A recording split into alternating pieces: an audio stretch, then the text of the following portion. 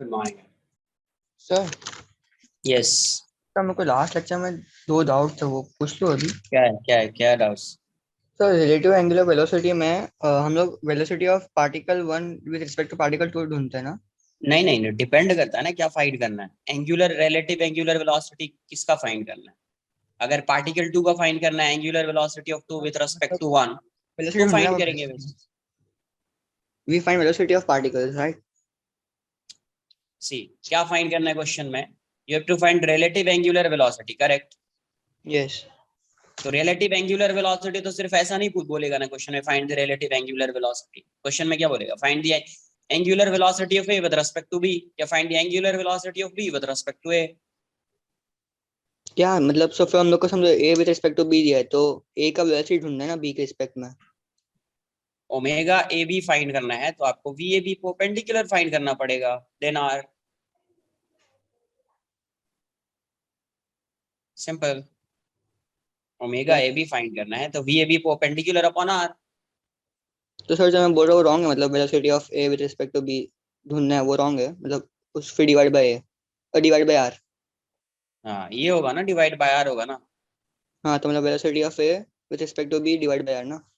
नहीं, सिर्फ velocity of A with respect to B नहीं, velocity of A with respect to B perpendicular to R. ये perpendicular का sign लगाया मतलब परपेंडिकुलर टू आर। अच्छा। और सर वो सेंटेंस का मतलब क्या, in case of circular motion the value of centripetal acceleration can't be zero. अगर पार्टिकल सर्कुलर मोशन में मूव कर रहा है तो सेंट्रीपिटल एक्सेलरेशन की वैल्यू क्या होती है? फॉर्मूला क्या होता है सेंट्रीपिटल एक्सेलरेशन का? V square by R. अगर पार्टिकल मूव कर रहा है तो वेलोसिटी जीरो हो सकती है क्या कभी? नहीं। तो वेलोसिटी जीरो नहीं होगी तो सेंट्रीपिटल एक्सेलरेशन कभी जीरो होगा क्या? नहीं। तो फिर वही स्टेटमेंट है ना वो।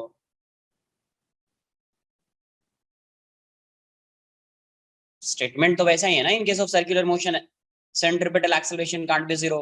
सेंट्रीपिटल एक्सेलरेशन जीरो नहीं हो सकता है बिकॉज वेलोसिटी कभी जीरो होगी नहीं। वेलोसिटी कभी भी जीरो होगी ही नहीं, yes sir.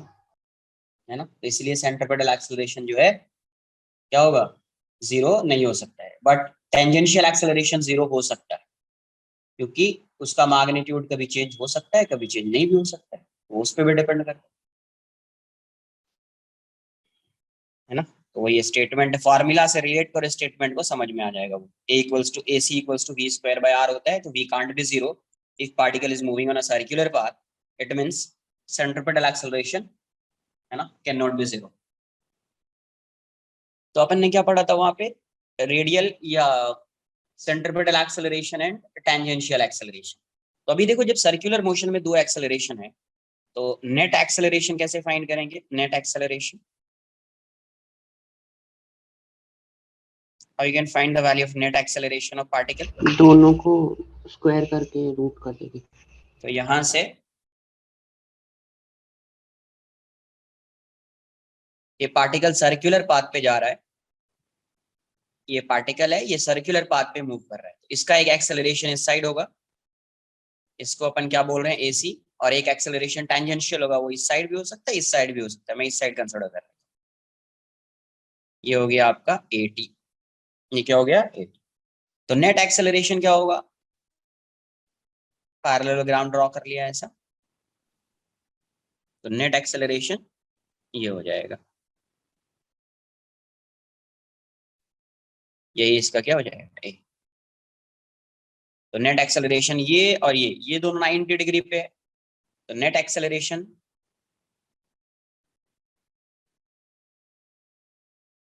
A equals to क्या हो जाएगा, under root A C square plus A T square, vector sum 90 degree पे है ना ये। तो इसका रिजल्टेंट क्या होगा, under root A square plus B square plus two A B cos 90, cos 90 zero. तो क्या हो जाएगा, under root A square plus B square.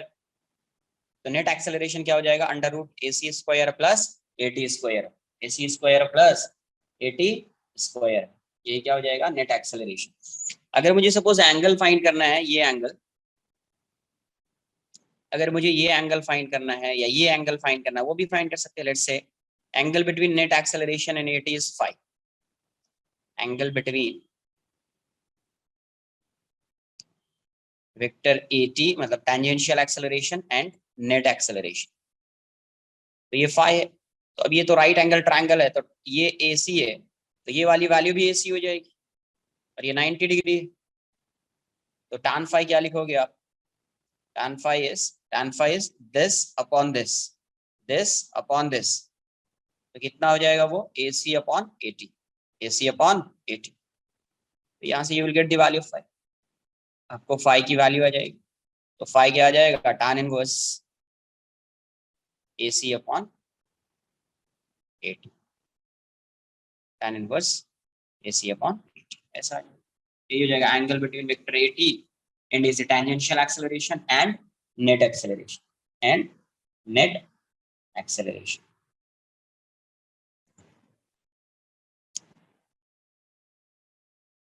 Note करके कुछ पॉइंट्स लिखेंगे। जैसे अगर मुझे एक्सेलरेशन की बात करनी है, नेट एक्सेलरेशन को आप क्या लिखोगे? Net acceleration A equals to dv/dt। क्या लिखा? नेट एक्सेलरेशन,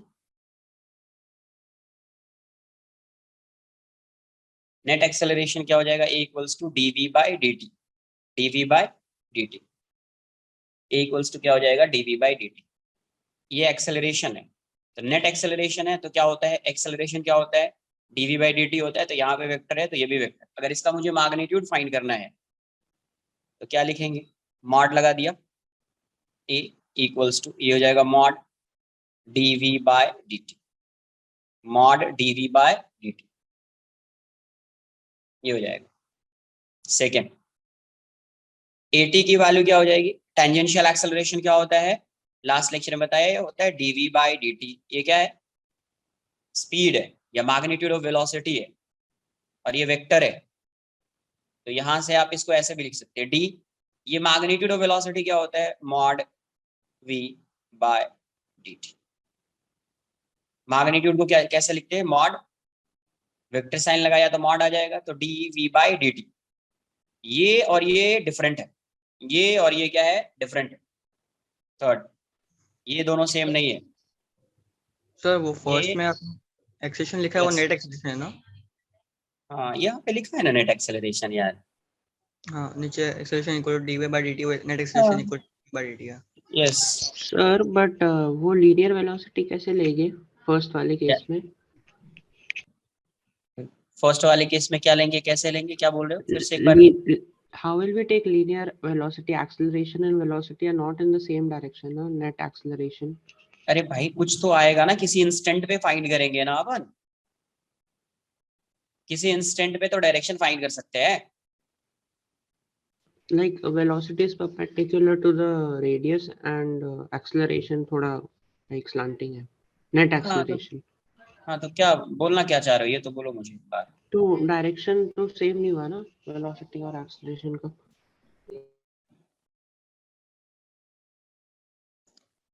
एक्सेलरेशन क्या होता है? एक्सेलरेशन क्या होता है ये बताओ पहले। Rate of change of velocity.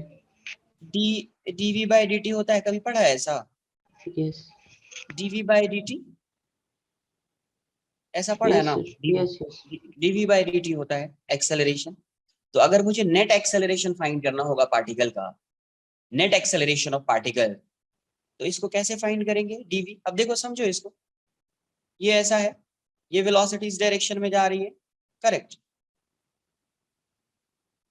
Particle की velocity tangential to the path होगी या नहीं होगी? Yes sir yes.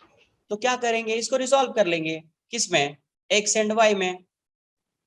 कोई भी एक्स मान लो, वाई मान लो, दो एक्सिस बना दिया। जो एक्सेलरेशन आ रहा है उसको भी एक्स वाई में रिजॉल्व कर लिया, तो उसको ऐसे लिख सकते हैं ना, ए एक्स को dvx/dt, ए वाई को ए एक्स लिखो सिर्फ, ए वाई को ऐसा लिख सकते हैं ना dvy/dt। तो फिर नेट एक्सेलरेशन ऐसा होगा, A X I cap A Y J cap. तो यहाँ से ऐसा होगा dvx/dt I cap plus dvy/dt J cap, फिर अच्छा d/dx ओके। कर दिया, vx I cap vy J cap. तो वेक्टर v नहीं बनेगा ये, yes sir yes okay. Vector के फॉर्म में लिख रहे हैं। अगर इसको मैं ऐसा लिखूंगा जैसे तुम बोल रहे हो ना, ये है, इसकी स्पीड है v, तो at जो हो जाएगा वो dv बाई dt होगा। इसमें मैंने मॉड लगा दिया, वेक्टर नहीं लिखा है। वेक्टर तो के साथ लिखा तो उसको रिजॉल्व कर सकते हैं, यहाँ पे सिर्फ मैग्नीट्यूड है, इसको रिजॉल्व नहीं करेंगे अपन।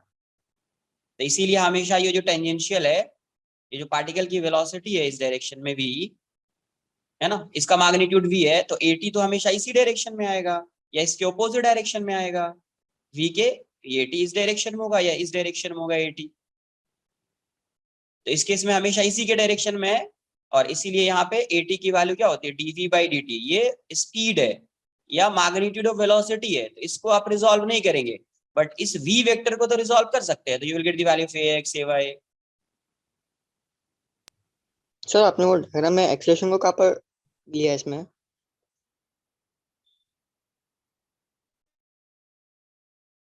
किसमें कहाँ पे लिया है, क्या बोलना चाह रहे हो ये बताओ।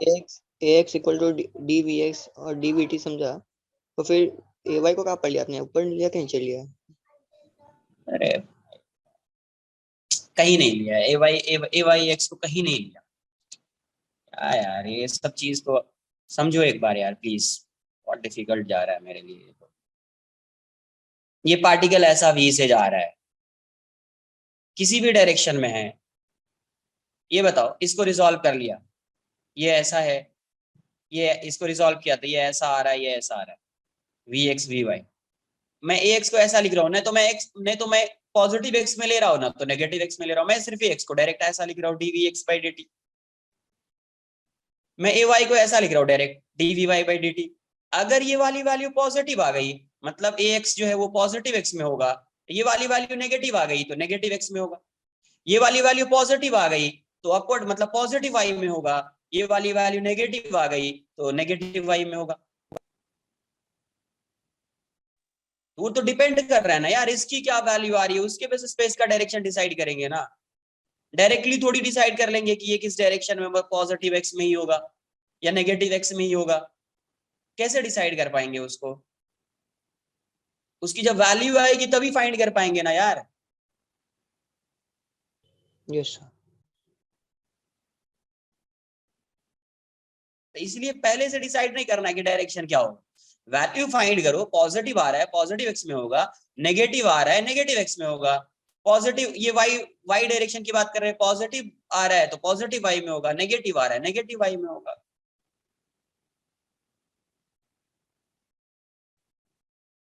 सर और वो लास्ट स्टेप में आपने कंबाइन किया, वैसे नहीं कर सकते ना? तो यहाँ से mod D V by D T, किसको क्या कंबाइन किया? ये dvx स्क्वायर प्लस dy स्क्वायर, आपने बोला कॉमन नहीं ले सकते डिफरेंशिएशन को ना? अरे डिफरेंशिएशन में किस चीज में कॉमन नहीं लेंगे वो समझना इंपॉर्टेंट है भाई यार, प्लीज। कभी लेना है कभी नहीं लेना है, उस चीज को समझना पड़ेगा, ठीक है। क्या बोला, जितना बताया ना उतना पे ही अभी तुम फोकस करो प्लीज, नहीं तो फिर इधर से उधर हो जाएगा पूरा चैप्टर। dv बाई dt, इसका मॉड लगा दिया। ये क्या है, नेट एक्सेलरेशन है। ये इसके इक्वल नहीं हो सकता है, dv बाई dt के इक्वल नहीं हो सकता है। या आप इसको ऐसे लिखें, पहले इतना कॉपी करो। इस पेज में किसी को कोई डाउट है? एनीवन? सर वो लास्ट पॉइंट नहीं समझा। ये नहीं समझा? यस ये क्या है, ये क्या है, नेट एक्सेलरेशन, और ये क्या है? स्पीड मतलब एक्सेलरेशन बाय एक्सेस। फिर से y एक्सिस। अरे भाई इस यहाँ पे टेंजेंशियल बताओ कहाँ पे एक्सेलरेशन। लिखा मैंने, एक मिनट वेट। यहाँ पे कहाँ पे लिखा मैंने x एक्सिस, कहाँ पे लिखा y एक्सिस, ये बता दो पहले तुम मुझे, कहाँ पे लिखा वैसा? कहीं नहीं सर। तो फिर क्यों बोल रहे हो y एक्सिस? ये क्या है, dv बाई dt, यहाँ पे दिख रहा है dv बाई dt। ये क्या है, at। मतलब dv बाई dt क्या होगा, at होगा। at क्या होता है, टेंजेंशियल एक्सेलरेशन। Tangential acceleration. ये नेट एक्सेलरेशन है, ये टेंजेंशियल एक्सेलरेशन है। क्या दोनों सेम हो सकता है?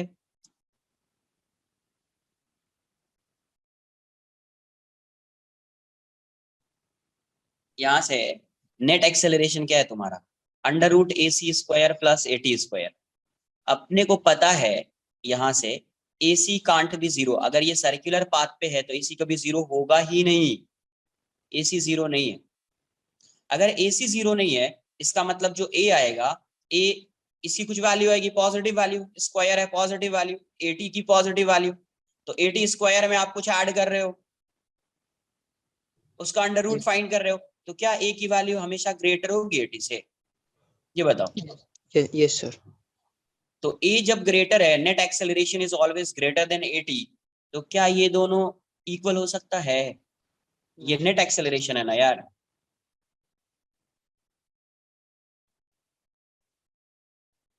ये नेट एक्सेलरेशन है ना, और ये टेंजेंशियल एक्सेलरेशन है। क्या ये दोनों सेम हो सकता है? No sir. ये बताओ। सेम नहीं होगा तो इक्वल का साइन लगा दिया, उसको कट कर दिया, मतलब ये दोनों इक्वल नहीं हो सकता है। अभी समझा? Yes sir. कॉपी कर लो एक बार। Sir, for tangential acceleration, you have taken, you haven't resolved velocity because same direction में है ना दोनों, इसलिए। हाँ तो v लिखा है यहाँ पे, कहीं पे रिजॉल्व किया, यहाँ पे ऐसा लिखा है x y t, कुछ वैसा लिखा क्या? नहीं नहीं, मैं पूछ रहा हूँ सेम डायरेक्शन में तो रिजॉल्व नहीं करने की जरूरत ना फिर तो। वही, हाँ ऑब्वियस है ना, सेम ओके। डायरेक्शन में तो क्यों रिजॉल्व करेंगे।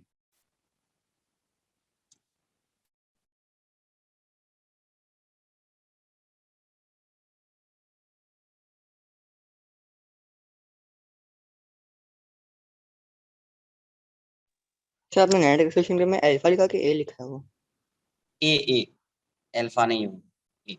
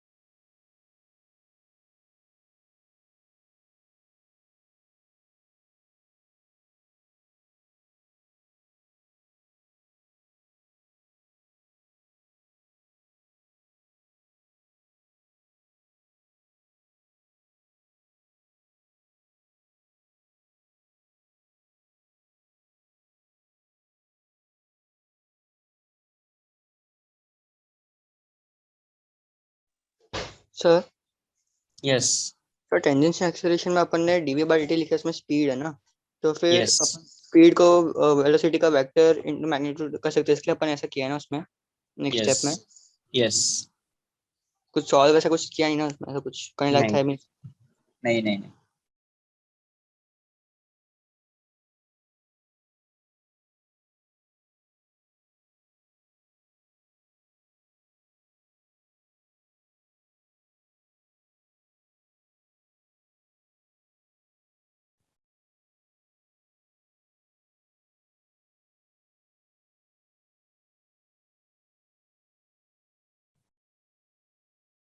Sir, show the upper part once. कितना टाइम लोगे तुम नोट करने में?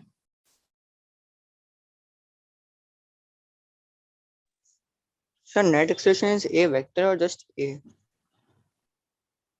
क्या लिखा है यहाँ पे? अंडर रूट में लिखा है, क्या हो सकता है ये बताओ। मैग्नीट्यूड खाली। तो फिर मैग्नीट्यूड फाइंड किया ना यार वहां पे।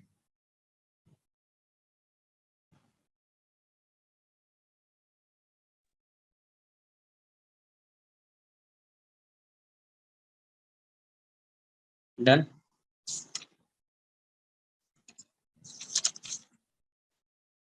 So can you show the third point once?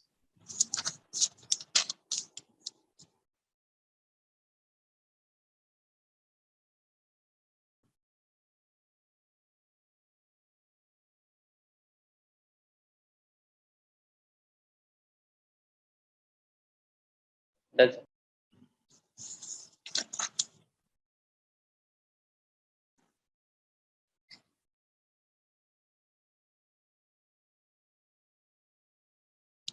Fourth point नहीं, वहीं से आगे आप लिख सकते हैं ऐसे, दैट इम्प्लाइज, जैसे dv है बाई dt, ये जो होगा d mod v on dt, ये टेंजेंशियल एक्सेलरेशन है, ये नेट एक्सेलरेशन है ना। इसी को आगे कंटिन्यू।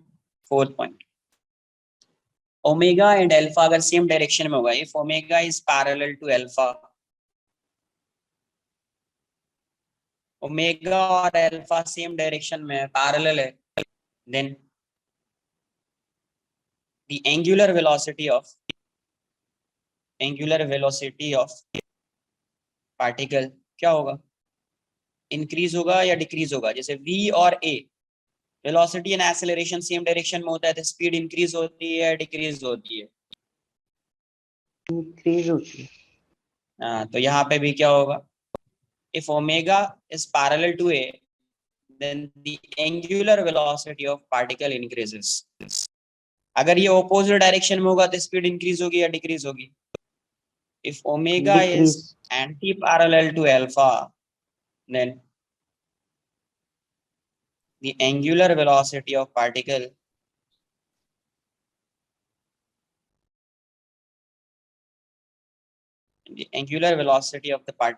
decreases। angular velocity क्या होगी इसकी, डिक्रीज।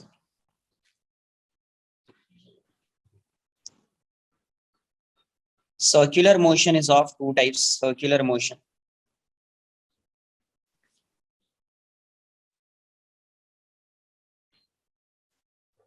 सर एक वो होगा यूनि, क्या है? पैरेलल होगा एंटी पैरेलल होगा तो एंटी मतलब एंगुलर एक्सेलरेशन कुछ फर्क नहीं पड़ेगा।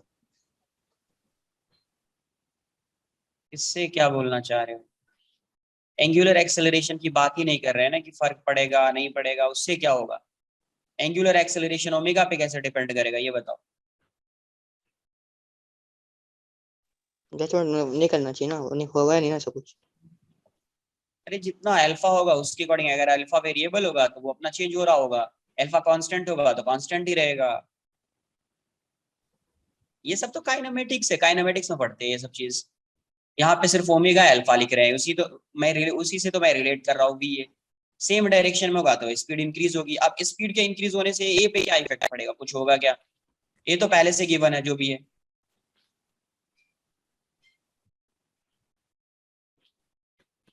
Circular motion, uniform circular motion,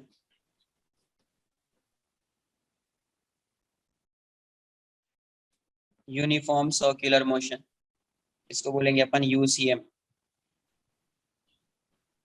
UCM. दूसरा आएगा non uniform circular motion, non uniform circular motion. Uniform circular motion, non uniform circular motion, NUCM, uniform circular motion and non uniform circular motion.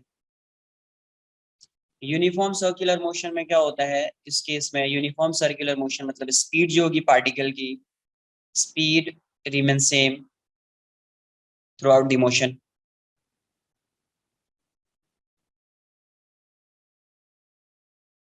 Through out the motion,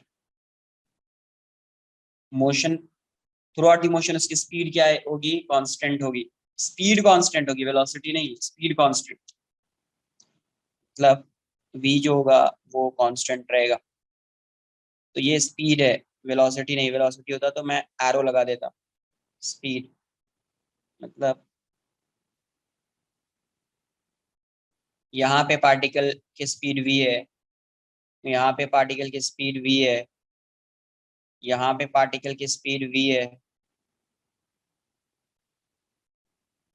यहाँ पे particle की speed v है, यहाँ पे particle की speed v है, यहाँ पे पार्टिकल की स्पीड v है। हर जगह पे इसकी स्पीड क्या होगी, कांस्टेंट। इसकी स्पीड क्या होगी, कांस्टेंट होगी हर जगह पे। इस केस में क्या होगा, उसकी स्पीड क्या होगी, speed changes with respect to time, with respect to time। इस केस में इसकी स्पीड कांस्टेंट है, वेलोसिटी कांस्टेंट नहीं है, ये कांस्टेंट नहीं है, ठीक है। इस केस में इसकी स्पीड चेंज हो रही है, मतलब v क्या है, कांस्टेंट नहीं है, v वेरिएबल हो गया इस केस में, v क्या हो गया, वेरिएबल। इतना पहले आप नोट कर लीजिए।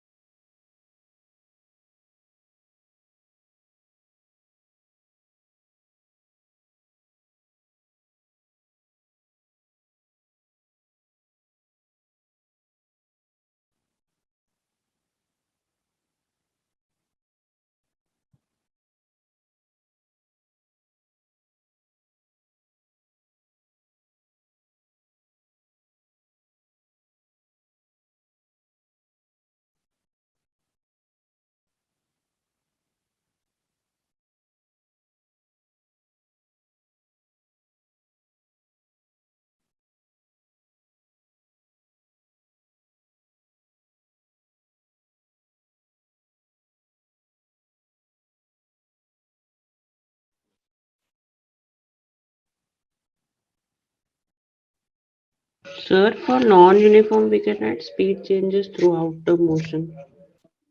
क्या है, speed changes through out the Throughout the motion, motion. वो भी लिख ऑब्वियस है सकते ना। हैं.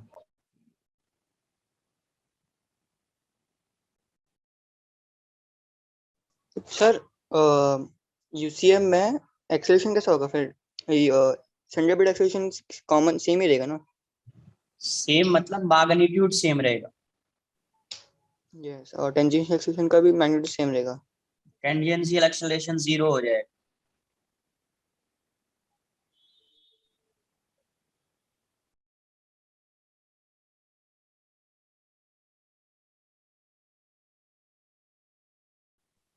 सर जीरो कैसे होगा को बताएंगे? अरे वो मैं बताऊंगा ना यार, थोड़ा वेट कर लो ना, वो मैं बताऊंगा कैसे 0। जितना बताया है इतना समझ में आया ना, पहले इसको, हाँ इस चीज को डाइजेस्ट करो पहले। वो मेरा काम है ना आगे बताना कैसे 0 होगा क्या होगा। कॉपी किया इसको?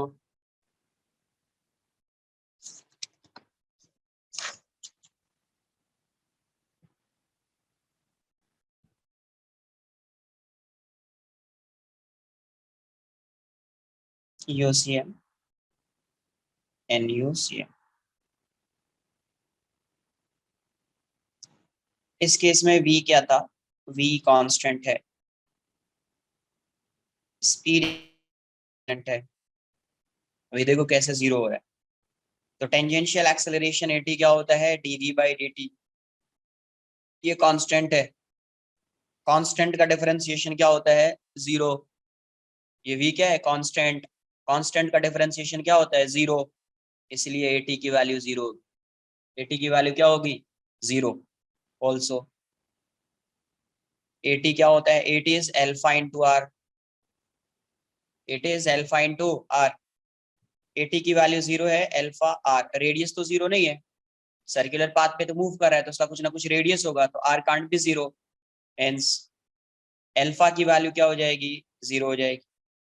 आर 0 नहीं होगा तो क्या 0 होगा, अल्फा 0 होगा, तो अल्फा की वैल्यू क्या हो जाएगी, 0 हो जाएगी।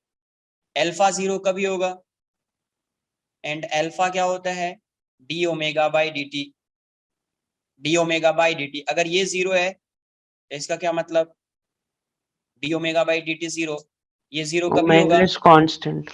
When omega would be constant, तो ओमेगा की वैल्यू इस केस में क्या होगी, कांस्टेंट होगी। मतलब यूनिफॉर्म सर्कुलर मोशन में लीनियर वेलोसिटी, मतलब स्पीड जो है, स्पीड कांस्टेंट होगा और एंगुलर वेलोसिटी भी कांस्टेंट होगा। एंगुलर एक्सेलरेशन 0 हो जाएगा, टेंजेंशियल एक्सेलरेशन 0 हो जाएगा, टेंजेंशियल एक्सेलरेशन क्या हो जाएगा, 0 हो जाएगा। तो यहां से आप नेट एक्सेलरेशन फाइंड कर सकते हैं। नेट एक्सेलरेशन इस केस में क्या हो जाएगा, a इक्वल्स टू, वेक्टर के अगर साइन लगाओ तो ये ऐसा हो जाएगा, AC प्लस AT, बट ये वाला तो 0 है, इसका मैग्नीट्यूड 0 है, मतलब इसकी पूरी वैल्यू 0 होगी। तो a इक्वल्स टू क्या हो जाएगा AC plus 0, therefore a equals to AC। इसका मतलब इसका जो मैग्नीट्यूड होगा वो AC के इक्वल होगा और इसकी जो वैल्यू होगी v²/r होगी, या इसी को आप लिख सकते हैं ω²r। तो इस केस में जो एक्सेलरेशन होगा वो किस डायरेक्शन में होगा, तो सेंटर के टुवर्ड्स होगा, because a equals to AC, a equals to AC। तो इस केस में जो एक्सेलरेशन है वो किसके टुवर्ड्स होगा, सेंटर के टुवर्ड्स होगा। तो सेंटर पे यूसीएम में क्या होगा, angle between velocity and net acceleration is 90 degree, because ये सेंटर के टुवर्ड्स है नेट एक्सेलरेशन। वेलोसिटी जो है होगी वो टेंजेंशियल होगी, तो angle between A and V is 90 degree, net acceleration and velocity would be 90 degree. क्या हो जाएगा, ये 90 डिग्री आ जाएगा, एंगल कितना आएगा, 90 डिग्री। अगर नॉन यूनिफॉर्म सर्कुलर मोशन की बात करेंगे तो v जो है वो कांस्टेंट नहीं है, तो v ये कांस्टेंट नहीं है, इसका मतलब ये हो गया कि at की जो वैल्यू होगी वो dv/dt होगी और ये जीरो नहीं होगी, बिकॉज v जो है वो वेरिएबल है, तो ये नॉन जीरो, ये क्या होगा, नॉन जीरो। अगर ac नॉन जीरो है, AC नॉन जीरो है, इसका मतलब अल्फा भी क्या होगा, नॉन जीरो होगा। AT नॉन जीरो है, AC नहीं, AT नॉन जीरो है, तो AT क्या होता है, अल्फा इंटू आर, है ना। तो उन दोनों का जो प्रोडक्ट होगा वो भी नॉन जीरो होगा, तो मतलब अल्फा तो जीरो है ही नहीं, मतलब ये आर तो जीरो है ही नहीं, इसका मतलब अल्फा भी जीरो नहीं होगा। तो इस केस में नेट एक्सेलरेशन की अगर बात करेंगे, तो अभी बताओ अल्फा वेरिएबल है, इसका मतलब अल्फा जीरो नहीं, सॉरी अल्फा वेरिएबल की बात नहीं कर, अल्फा जो है वो नॉन जीरो है, अल्फा नॉन जीरो है, तो ओमेगा क्या हो जाएगा, ओमेगा कांस्टेंट होगा क्या, ओमेगा कांस्टेंट होगा क्या, जब अल्फा जीरो No. होगा तभी ओमेगा कांस्टेंट होगा। जैसे एक्सेलरेशन है, किसी पार्टिकल का एक्सेलरेशन है, it means speed of that particle changes, it means speed of that particle changes.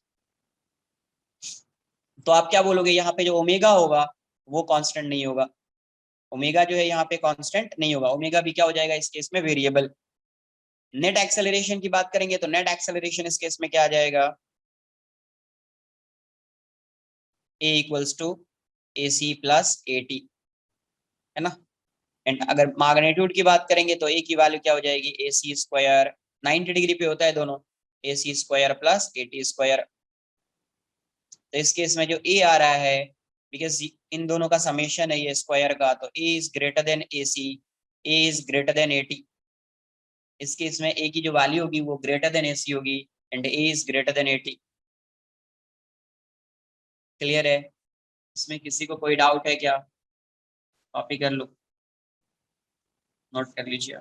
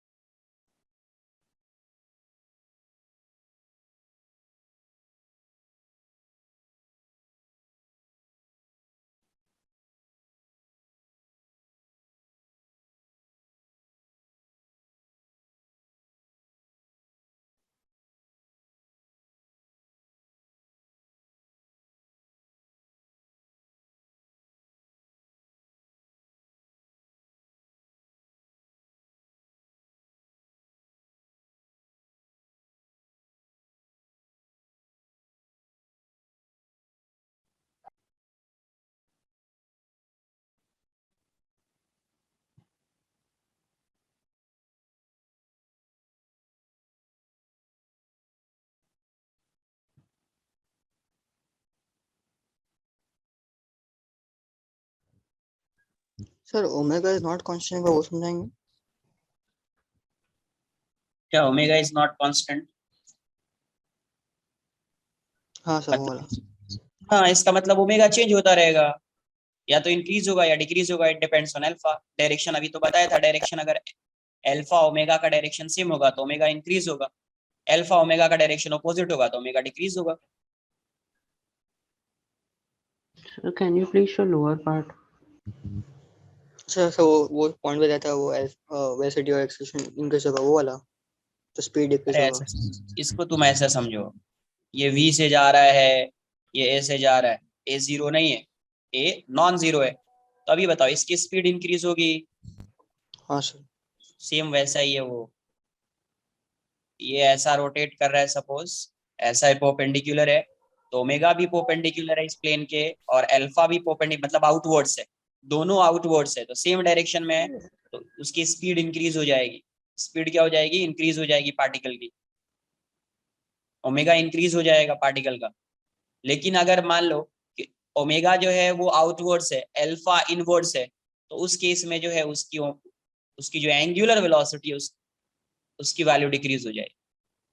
Same वैसा पार्टिकल इस डायरेक्शन में है, एक्सेलरेशन इस डायरेक्शन में, इस केस में इसकी स्पीड क्या हो जाएगी? डिक्रीज हो जाएगी, बिकॉज रिटार्ड कर रहा होगा ये एक्सेलरेट कर रहा होगा, इसलिए इसकी स्पीड इंक्रीज हो जाएगी।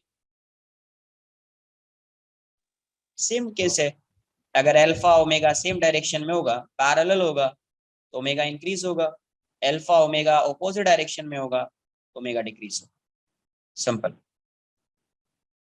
तो इसलिए यहाँ पे कांस्टेंट नहीं होगा, बिकॉज अल्फा जो है वो जीरो नहीं है, अल्फा नॉन जीरो है, अल्फा नॉन जीरो है मतलब ओमेगा चेंज होगा, इंक्रीज भी हो सकता है, डिक्रीज भी हो सकता है, कांस्टेंट तो नहीं रहेगा। सर लास्ट क्लास ओमेगा का फिर मैग्नीट्यूड लिखने का है। क्या last class? Sir last class आपने एक फॉर्मूला बोला था ना, AC is equal to V square by R, that is only for the magnitude ना? ये बताओ अभी तक ये कौन सा चैप्टर चल रहा है? 5th और 6th चैप्टर चल रहा है। अगर मैंने Yes. ऐसा लिख दिया, ऐसा लिख दिया, क्या समझोगे तुम? Is A equals to V square by R समझो, क्या समझोगे? डायरेक्शन समझोगे, मैग्नीट्यूड समझोगे, क्या समझोगे? वेक्टर समझोगे, क्या समझोगे? ये बताओ। ऊपर V should be speed. A क्या है यहाँ पे? Magnitude. तो मैग्नीट्यूड है, तो फिर तुम क्यों पूछ रहे हो कि sir A equals to V square by R, ये मैग्नीट्यूड होगा ना? एक्सेलरेट, अरे ऑब्वियस है भाई, अगर ऐसा लिखा है तो मैग्नीट्यूड ही होगा। वेक्टर लिखा क्या है ऐसा? No sir, no. तो फिर क्यों पूछ रहे हो फिर? सर कंफ्यूज हो गया था। कि कैसे कंफ्यूज, कैसे होगा यार कंफ्यूजन इसमें? मुझे ये समझ में नहीं आ रहा है।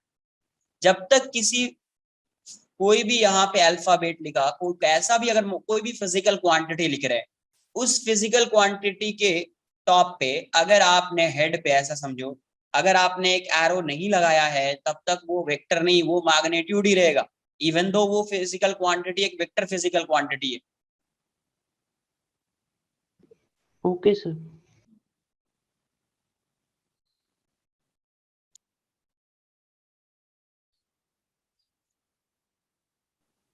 तो सर NUCM में स्पीड मतलब ये ओमेगा कांस्टेंट नहीं रहेगा और अल्फा भी कांस्टेंट नहीं रहेगा, तो फिर टेंजेंशियल अल्फा से एक वेट वेट वेट, ऐसा मैंने स्टेटमेंट दिया क्या कि अल्फा कांस्टेंट नहीं रहेगा? तो फिर खुद से कहां से स्टेटमेंट तुम्हारा आ जा रहा है कि अल्फा कांस्टेंट नहीं रहेगा? अल्फा जीरो नहीं होगा ऐसा यहाँ पे लिखा हुआ है, अल्फा जीरो नहीं होगा, ओमेगा कांस्टेंट नहीं होगा, स्पीड कांस्टेंट नहीं होगी,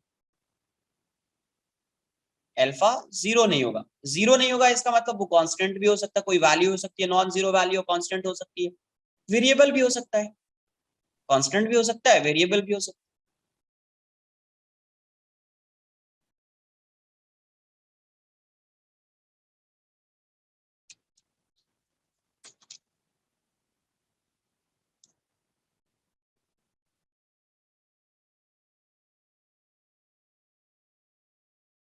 इन यूसीएम अभी बताओ, ये पार्टिकल जो है, particle is moving with constant speed v, इसका मैं रेडियस जो है वो r अज्यूम कर लेता हूँ, let's say radius of the circular path is r, ये कांस्टेंट स्पीड v से जा रहा है, तो आप टाइम फाइंड कर सकते हैं, time period.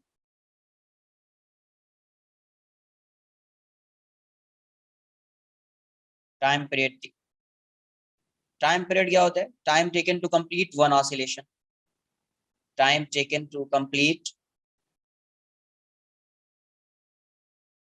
Complete one oscillation, इसी को क्या बोलते हैं? Time period. time taken to complete one oscillation is known as time period. ऐसा लिख लो, is known as time period. Time taken to complete one oscillation is known as time period. तो अब ये बताओ, वन ऑसिलेशन मतलब particle यहाँ से जा रहा है, फाइनली पार्टिकल यहीं पे आएगा, तो टाइम कितना होगा, टोटल डिस्टेंस कितना कवर कर रहा है ये, 2 पाई आर, 2 pi r. और इसकी स्पीड क्या है, कांस्टेंट है, तो टाइम क्या होगा, total distance upon speed, speed constant है तो डायरेक्टली ऐसे ही लिखेंगे टाइम। टाइम क्या होता है, डिस्टेंस अपॉन स्पीड होता है ना यार, बट ये कभी होता है व्हेन स्पीड इज कांस्टेंट, तभी लिखते हैं ना इसको ऐसा, Yes, जब sir. ये कांस्टेंट रहता है तभी टाइम क्या होता है, डिस्टेंस अपॉन स्पीड, मैं वही लिख रहा हूँ, time distance upon speed v, तो टाइम क्या हो जाएगा 2 पाई r बाई v, और v पता है अपने को कि v की वैल्यू क्या होती है, omega into R, omega into R, cancel out हो जाएगा since v equals to omega R, तो टाइम पीरियड इस केस में क्या हो जाएगा, t equals to 2 pi upon omega, t equals to 2 pi upon omega, लेकिन ये सिर्फ किस में आएगा, यूसीएम में आएगा, यूनिफॉर्म सर्कुलर मोशन में ये टाइम पीरियड आएगा, नॉन यूनिफॉर्म सर्कुलर मोशन में डायरेक्टली ऐसे फाइंड नहीं करेंगे, बिकॉज उसमें ओमेगा कांस्टेंट नहीं होगा, उसमें स्पीड कांस्टेंट नहीं होगी, तो आप डायरेक्टली टी को time equals to distance upon speed नहीं कर सकते, ये कभी फॉर्मूला यूज होता है जब स्पीड कांस्टेंट होता है, तभी फॉर्मूला यूज होता है, तो टाइम पीरियड क्या हो जाएगा, 2 पाई अपॉन ओमेगा हो जाएगा time period, 2 pi upon omega, तो यहाँ पे टाइम पीरियड क्या होगा, time taken to complete one oscillation is known as time period, time period की वैल्यू हो जाएगी कितना डिस्टेंस कवर कर रहा है, 2 पाई आर, तो t equals to 2 pi R, speed कितनी है v कांस्टेंट है, इसलिए आप ऐसा फॉर्मूला यूज करेंगे, तो v की वैल्यू क्या होती है, ओमेगा आउट हो जाएगा, तो टाइम पीरियड होगी 2 pi by omega, 2 pi upon omega. अब देखो इक्वेशन ऑफ मोशन इसमें देखते हैं, इक्वेशन ऑफ मोशन क्या आएगा, इक्वेशन ऑफ मोशन,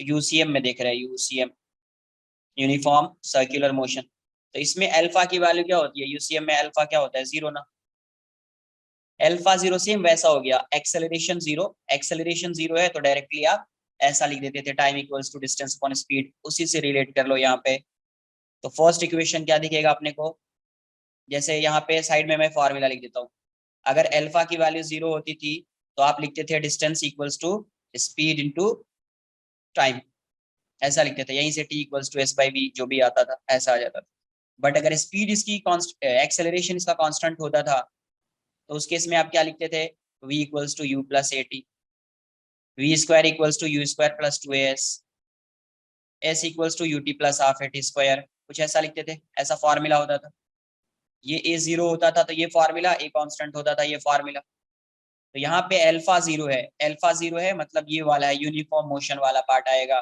तो इस केस में s को क्या लिखते हैं, यहाँ पे एंगुलर हो जाता है, एंगुलर डिस्प्लेसमेंट थीटा हो जाता है वो, जैसे पार्टिकल t इक्वल्स टू 0 पे यहाँ पे है,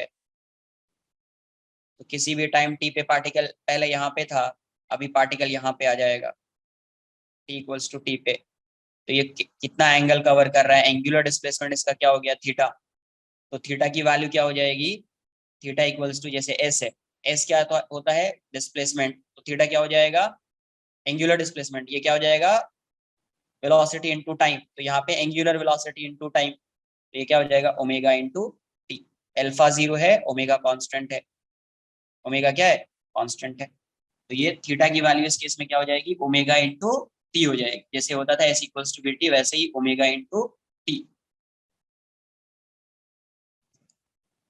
सेकेंड, यहां से टाइम की वैल्यू आप फाइंड कर सकते हैं, t equals to theta upon omega, t equals to theta upon omega, अब देखो ये t equals to theta upon omega लिखा ना, इसका यूज करके आप यहाँ पे टाइम पीरियड फाइंड कर सकते हैं, यहाँ पे भी आप टाइम पीरियड फाइंड कर सकते हो, देखो मैं ऐसे साइड में लिख देता हूँ और करके, थीटा की वैल्यू, टी की वैल्यू क्या हो जाएगी, theta upon omega, theta upon omega. ये बताओ थीटा होना चाहिए रेडियन में, थीटा किस में होना चाहिए, रेडियन, एसआई यूनिट में, ये भी एसआई यूनिट, ये भी एसआई यूनिट, तभी ये एसआई यूनिट में आएगा। तो थीटा का एसआई यूनिट रेडियन होता है। अब ये बताओ अगर ये वन कंप्लीट रोटेशन की बात कर रहे हैं अपन, तो वन कंप्लीट रोटेशन में थीटा की वैल्यू क्या होगी, 2 2 पाई। पाई 2 पाई, तो लिख दिया 2 पाई बाय ओमेगा, आ गया ना, T equals to 2 pi by omega,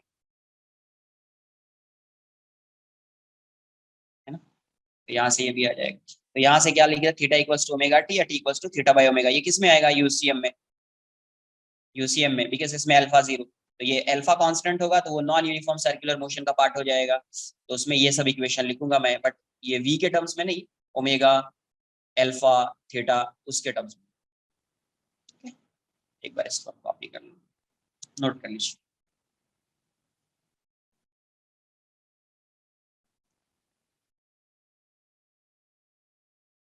sir, तो फिर हमने अभी तक 3 टाइप्स ऑफ एक्सेलरेशन पढ़ा है ना, angular acceleration, tangential and centripetal. क्या क्या अभी तक, 3 टाइप्स ऑफ एक्सेलरेशन पढ़ लिया ना इसमें, क्या 3 टाइप्स क्या, एंगुलर, हाँ सेंट्रीपिटल एंगुलर और को रिलेट किया तो एंगुलर, हाँ करेक्ट, एंगुलर को रिलेट किया तो एंगुलर हो जाएगा। वैसे वो एंगुलर है, ये वाला जो है एसी और एटी जो है वो तो लीनियर है ना। Yes sir.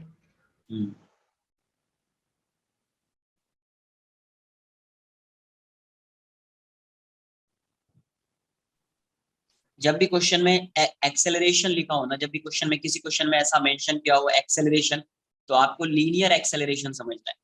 जब भी एंगुलर एक्सेलरेशन की बात होगी ना, तो क्वेश्चन में मेंशन होगा वो एंगुलर एक्सेलरेशन, क्या होगा, angular acceleration.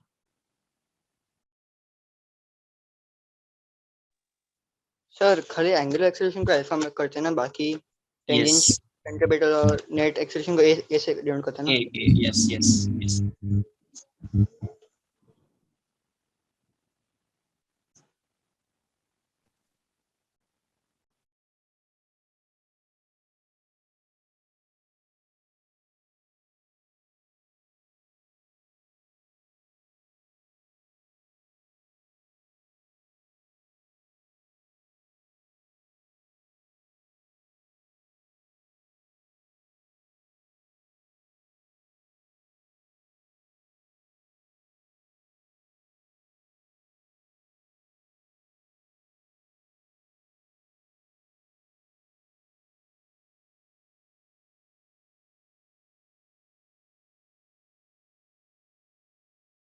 Sir, sir Yes.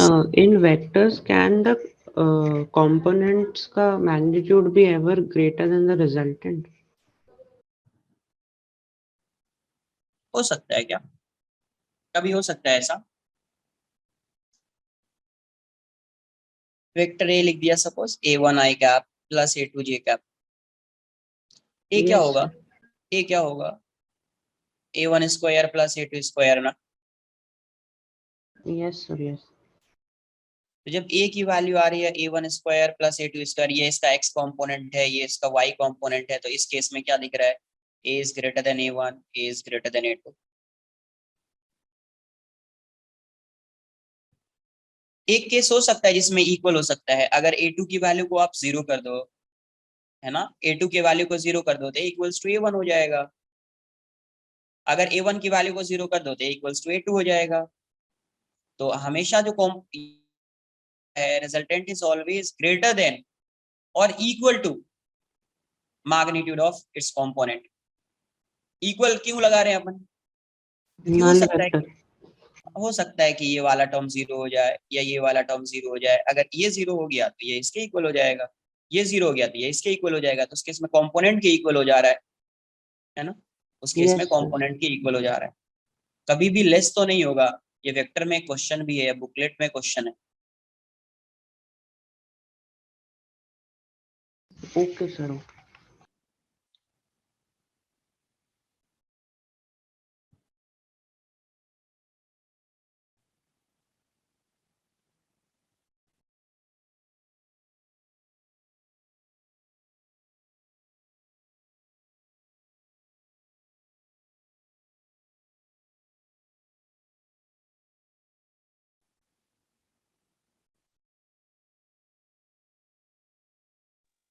Sir इसमें फर्स्ट पॉइंट क्या स्टेट का था मतलब?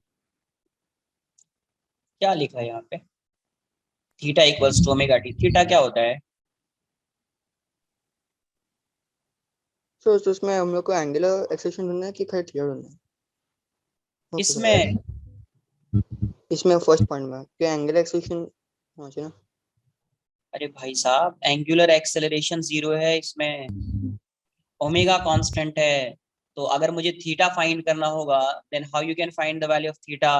एंगुलर डिस्प्लेसमेंट आप कैसे फाइंड करोगे? तो theta equals to omega into T.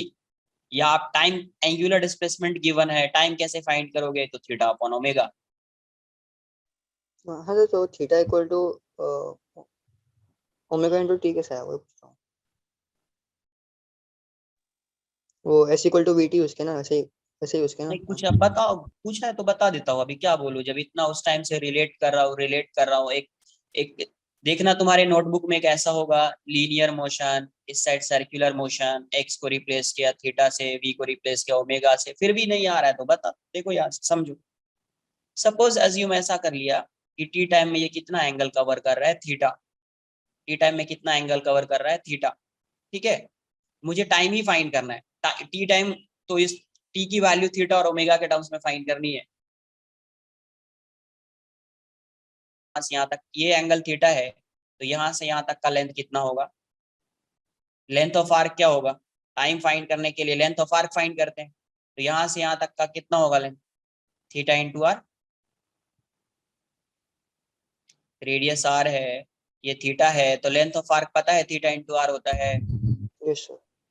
तो थीटा इंटू आर, ये टोटल डिस्टेंस। स्पीड कांस्टेंट है, इस केस में स्पीड कांस्टेंट है, तो डायरेक्ट ये फार्मूला लिख सकते हैं ना, T equals to distance upon speed. तो टी इक्वल्स टू क्या हो जाएगा? ये हो गया डिस्टेंस, स्पीड इसकी क्या है? वी। तो टी की वैल्यू क्या हो जाएगी?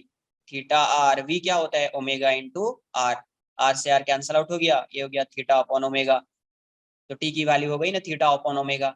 अगर टी गिवन होता, you can find the value of theta. Theta क्या हो जाएगा? Omega into T. थीटा क्या हो जाएगा? इसको इस साइड लाइए, ओमेगा इंटू टी। अगर टाइम गिवन होगा तो you can find the angular displacement of particle. If theta is given then you can find the time taken by particle.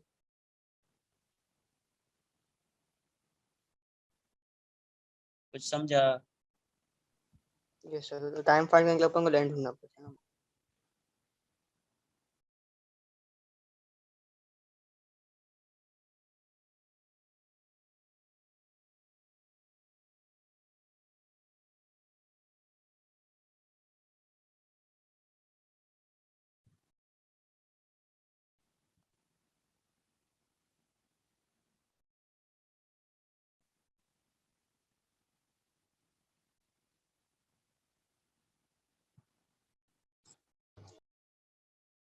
Next लिखेंगे non uniform circular motion. Non uniform circular motion में case 1 बना देता हूं मैं, when alpha is constant. जब भी क्या है? अल्फा क्या है? कांस्टेंट। जैसे एक्सेलरेशन कांस्टेंट होता था, वैसे ही अल्फा कांस्टेंट है। तो इक्वेशन ऑफ मोशन लिख रहा हूं मैं, रिलेट करना। v इक्वल्स टू क्या होता था? v equals to u plus A T. तो यहाँ से मैं इसको लिख देता हूँ omega equals to omega naught plus alpha T. ये फाइनल एंगुलर वेलोसिटी, ये इनिशियल एंगुलर वेलोसिटी, ये एंगुलर एक्सेलरेशन, ये टाइम। जैसे final velocity, initial velocity, acceleration into time. Second, omega square equals to omega naught square plus two alpha into theta. वैसा same वैसा ही V square equals to U square plus to S. Relate करो एक बार। Theta equals to हो जाएगा omega naught T plus half alpha T square, half alpha T square, where omega naught is initial angular velocity. Initial angular velocity. Omega is angular velocity of particle at time t. Angular velocity, or you can say final angular velocity. Angular velocity of particle at time t. Alpha is angular acceleration.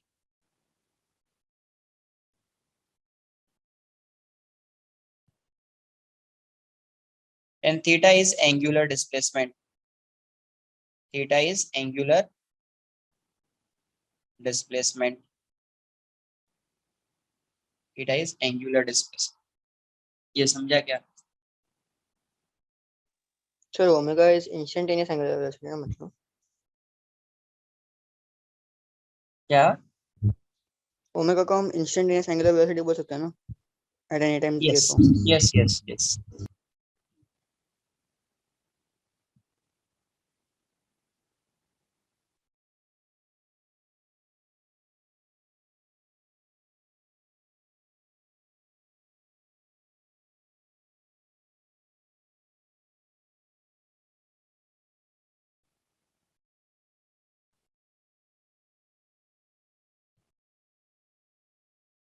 Sir, in NUCM, alpha can both be constant and not constant, no? Yes. Okay.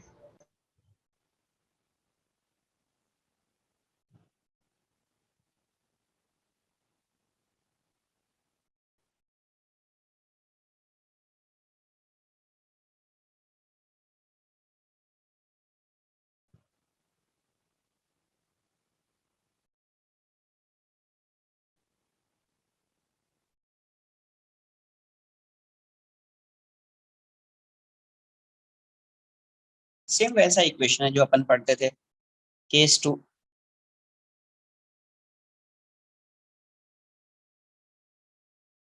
When alpha is variable, alpha क्या है? Variable है, और इस case में constant, और alpha की value 0 नहीं है, ये समझ में आना चाहिए, नॉन जीरो। अल्फा क्या है? वेरिएबल। अल्फा वेरिएबल हो गया, तो अभी आप कैसे यूज करोगे इक्वेशंस को?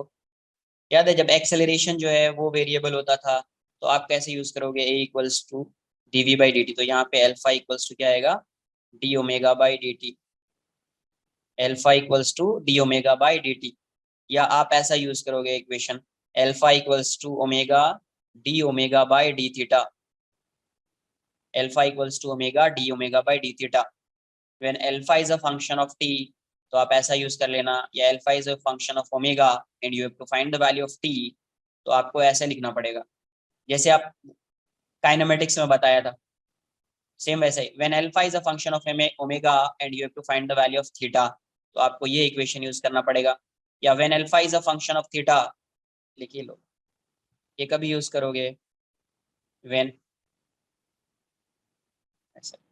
Alpha equals to d omega by dt,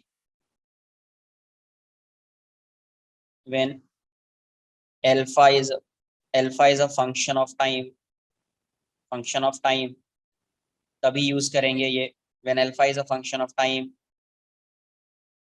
या दूसरे केस में when and you have to find the value of omega, and ये फाइंड करना है, तब यूज कर लेना इसको, when alpha is a function of omega and find करना है आपको टाइम। क्या फाइंड करना है? Time. Alpha equals to D omega by D T कभी यूज करेंगे? When alpha is a function of T and you have to find the value of omega. When alpha is a function of omega and you have to find the value of time, तब आप इस case में alpha equals to D omega by D T करेंगे। और यहाँ पे लिखा है alpha equals to omega D omega by D theta, तो अल्फा वेरिएबल है यहाँ पे। अगर alpha when alpha is a function of theta, alpha function of theta होगा एंड आपको ओमेगा फाइंड करना है, आप ये यूज कर लेंगे। सेकेंड केस इसका, when alpha is a function of omega and you have to find the value of theta, आपको एंगुलर डिस्प्लेसमेंट चाहिए। क्या चाहिए? Angular displacement. When alpha is variable, तो आप अल्फा को क्या लिखेंगे? D omega by D T, alpha equals to D omega by D T, या alpha equals to omega D omega by D theta. ये एक्सप्रेशन पहले बताया है इसी चैप्टर में। तो alpha equals to D omega by D T कभी use होगा? When alpha is a function of T and you have to find the value of omega. When alpha is a function of omega and you have to find the value of T, तो इस case में use करेंगे alpha equals to omega D omega by D theta. When alpha is a function of theta and you have to find the value of omega, या alpha is a function of omega you have to find the value of theta, तो उस case में आप इसको use करेंगे।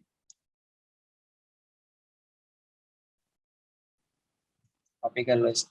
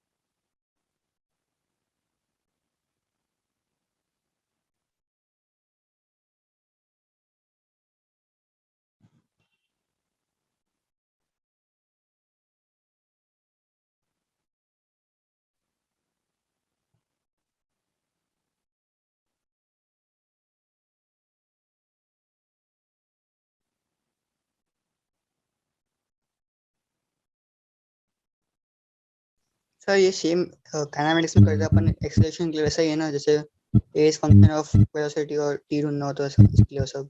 Yes yes, एकदम सही।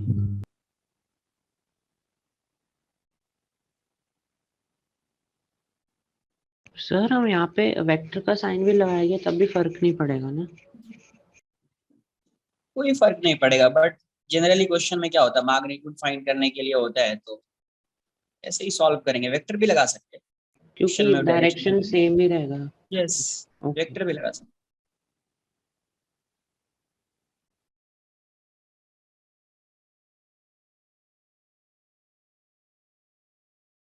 Sir angular acceleration और एंगुलर वेलोसिटी का अपन को वेक्टर फॉर्म लेने का नहीं है ना, खाली मैग्नीट्यूड फॉर्म लेने का है। क्वेश्चन पे डिपेंड करता है, yes.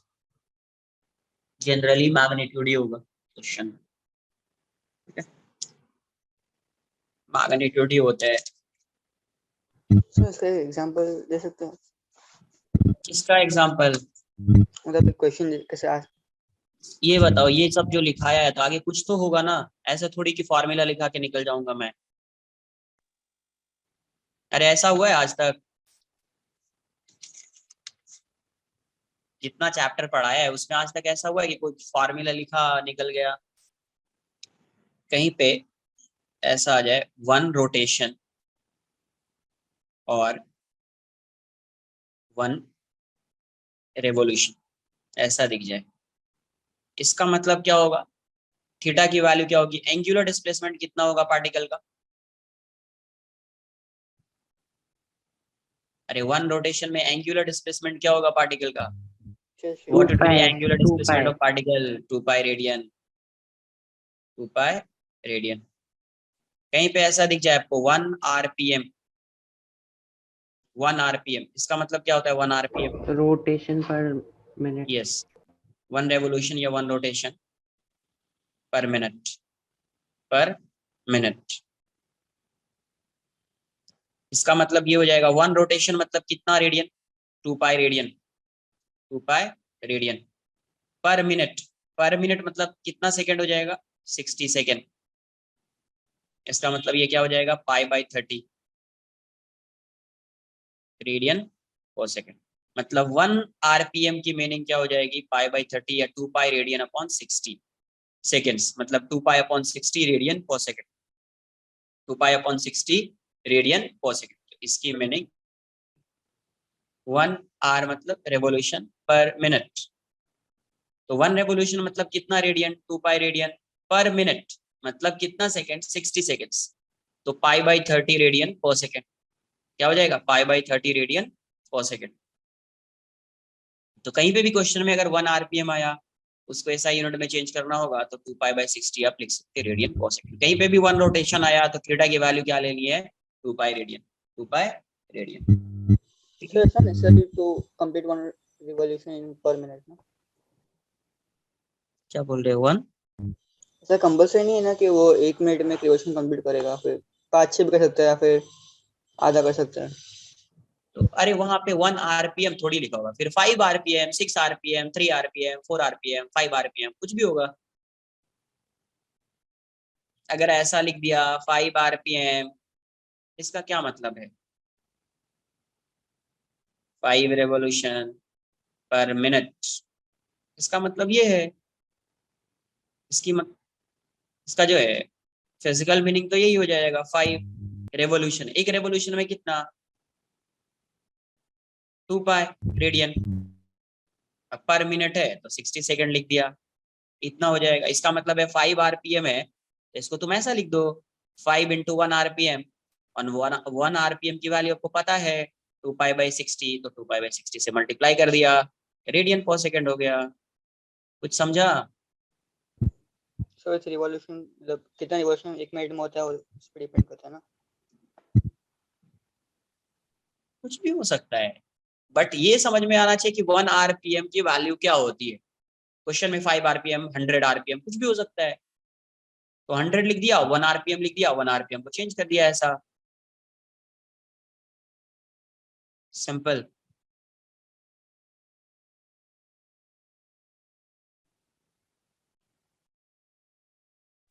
Yes sir, so it's revolution पर मिनट में कितना रिवॉल्यूशन होता है डिपेंड करता है, पर 1 आरपीएम में ऐसा होता है। यस, कुछ भी हो सकता है। अभी सिंपल सा क्वेश्चन स्टार्ट करते हैं। एक बार इसको नोट कर लो, कॉपी कर लो।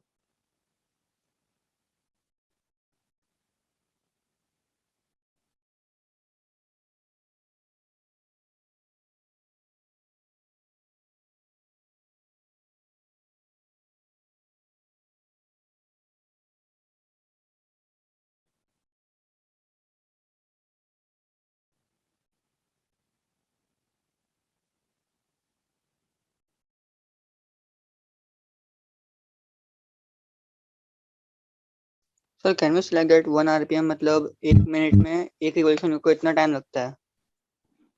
1 आरपीएम का मतलब वही हो गया, मतलब 1 रोटेशन कंप्लीट करने में उसको 60 सेकंड लग रहा है ना। देखो यहाँ से क्वेश्चन क्या है, सिंपल से क्वेश्चन से स्टार्ट करेंगे। The wheel of a motor rotates with a constant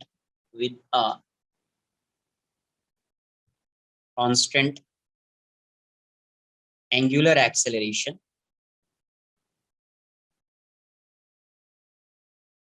duration 4 radian per second square if the wheel starts from rest, how many revolution will it make in the first 20 second? इस question को मैं solve करूंगा first 20 seconds. First 20 second question copy कर लीजिए, इसको मैं solve करूंगा। Sir, for RPM there should be UCM, no? क्योंकि हम थीटा बाई टी कर रहे हैं ना, इज इक्वल टू ओमेगा। ये इंस्टेंटेनियस भी तो हो सकता है आरपीएम यार। ये क्या आया, देखो यहाँ पे क्या लिखा, ये क्या लिखा है यहाँ पे, ये देखो क्या लिखा है, रेडियन पर सेकेंड। मतलब ये बेसिकली क्या है, आरपीएम क्या है उसका ओमेगा है। क्या है, ओमेगा। तो ओमेगा तो इंस्टेंटेनियस भी हो सकता है ना यार। Yes sir. तो कहीं पे ऐसा दिया लिखा होगा फाइनल ओमेगा देश इतना आरपीएम है, इनिशियल उसका इतना है। अच्छा ओके सर। अब बोलोगे सर वेलोसिटी तो मीटर पर सेकेंड होता है, तो मीटर अपॉन सेकेंड लिख रहे हैं, मतलब डिस्टेंस अपॉन स्पीड लिख रहे हैं, डिस्टेंस अपॉन टाइम लिख रहे हैं, तो हमेशा हमेशा स्पीड कांस्टेंट होगी क्या? वैसा थोड़ी होता है। इंस्टेंटेनियस नाम की भी कोई चीज होती है।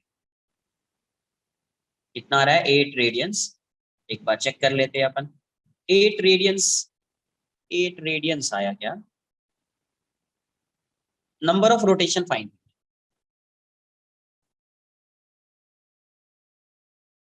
पहले मैं क्या करता हूँ, नंबर ऑफ रोटेशन फाइंड करने के लिए मैं पहले थीटा फाइंड कर लेता हूँ। क्या फाइंड करूंगा? थीटा। क्योंकि देखो एक चीज तो क्लियर है कि अगर एक कंप्लीट रोटेशन कर रहा होगा, एक कंप्लीट रोटेशन में कितना थीटा कवर करेगा? वो 2 पाई रेडियन है ना। तो अगर मैं थीटा फाइंड कर लूंगा तो मुझे नंबर ऑफ रोटेशन आ जाएगा। एक कंप्लीट रोटेशन में कितना एंगल कवर करेगा? 2 पाई रेडियन। तो मुझे क्या आ जाएगा? नंबर ऑफ रोटेशन आ जाएगा। तो मैं पहले थीटा फाइंड करूंगा इस मतलब जो भी इंफॉर्मेशन गिवन है उसका यूज करके। देखो क्या है, मैं रीड करता हूँ, इंफॉर्मेशन लिखता हूँ। The wheel of a motor rotates with a constant angular acceleration 4 radian per second square. मतलब अल्फा गिवन है और अल्फा की वैल्यू क्या है? कांस्टेंट है। अल्फा गिवन है, alpha is given as constant. Alpha क्या है? 4 रेडियन पर सेकंड स्क्वायर। ये इंफॉर्मेशन गिवन। आगे क्या लिखा हुआ है? If the wheel starts from rest, rest से स्टार्ट कर रहा है, इसका मतलब ओमेगा नॉट की वैल्यू क्या है? 0 है। रेस्ट से स्टार्ट कर रहा है मतलब ओमेगा नॉट की वैल्यू क्या है? 0 है। क्वेश्चन में क्या बोला है? How many revolutions will it make in first 20 seconds. मतलब t की वैल्यू कितनी गिवन है 20 सेकेंड्स। आपको फाइंड क्या करना है, नंबर ऑफ रेवोल्यूशन,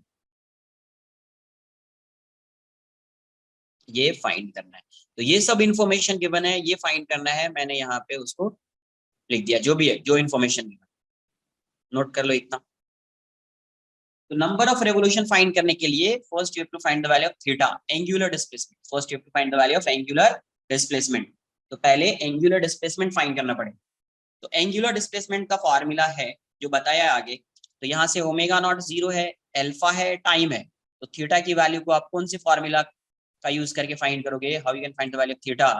तो अभी बताया अल्फा कांस्टेंट है, तो कांस्टेंट वाला फॉर्मूला बताया, उसमें क्या आ जाएगा, theta equals to omega naught T plus half alpha T square, है ना। ये वाले फॉर्मूला से आ जाएगा, बिकॉज टी भी है, अल्फा भी है, ओमेगा नॉट भी गिवन है। तो आप क्या यूज करोगे, theta equals to omega naught T plus half alpha T square. क्या यूज कर रहे हैं, omega, theta equals to omega naught T plus half alpha T square, इसको यूज कर लिया। ओमेगा नॉट 0 दिया हुआ है, ये 20 है, प्लस हाफ हो जाएगा, अल्फा की वैल्यू कितनी है, एसआई यूनिट में लिखना है सबको 4, और ये 20 का स्क्वायर हो जाएगा। तो ये तो 0 हो गया, ये 2 आ जाएगा, 2 टाइम्स में जाएगा इंटू 400। तो ये कितना आ रहा है 800। इसके एसआई यूनिट क्या है, बिकॉज ये भी एसआई यूनिट में, ये भी एसआई यूनिट में, तो ये भी एसआई यूनिट में आएगा, 800 रेडियन। 800 radian, 800 radian. अब ये पता है कि अगर एक रेवोल्यूशन कर रहा है तो उसमें कितना रेडियन जा रहा है, कितना रेडियन कवर कर रहा है, 2 पाई रेडियन, करेक्ट। कितना जा रहा है, 2 पाई रेडियन। तो उसको भी as the wheel, unitary method लगाओ, आंसर आ जाएगा, turns by 2 pi radian. Sir, 2 answer is pi 400 by pi. क्या बोल रहे हो, Sir, रेडियन इन आंसर पूछ रहा हूँ, 400 by pi आएगा। 400 बाई पाई, हाँ तो उसको भी आगे सॉल्व करो, आ जाएगा इन ईच रेवोल्यूशन, है ना। तो कितना ईच रेवोल्यूशन में कितना ये कवर कर रहा है, 2 पाई रेडियन। 2 पाई रेडियन, इसका मतलब ऐसा, यूनिटरी मेथड लगाऊंगा तो 2 पाई रेडियन का मतलब हो जाएगा 1 रेवोल्यूशन। 1 रेवोल्यूशन, तो 1 रेडियन में कितना जाएगा, तो 1/2 पाई रेवोल्यूशन, इतना रेवोल्यूशन। तो यहाँ पे अब कितना रेडियन है, 800 रेडियन। तो 800 रेडियन में कितना रेवोल्यूशन होगा, 1/2 पाई इंटू 800, इतना रेवोल्यूशन। मतलब नंबर ऑफ रेवोल्यूशन क्या हो जाएगा, नंबर ऑफ रेवोल्यूशन जो होगा वो क्या हो गया, 800/2 पाई, 800/2। तो यहाँ से क्या आ जाएगा, 400/पाई, 400/पाई। जब इसको सॉल्व करेंगे तो 400/3.14, तो अप्रोक्सीमेट आंसर आपको इतना दिखेगा, 128 के अप्रॉक्स। नंबर ऑफ रेवोल्यूशन कितना दिखेगा, 128 के अप्रॉक्स दिखेगा।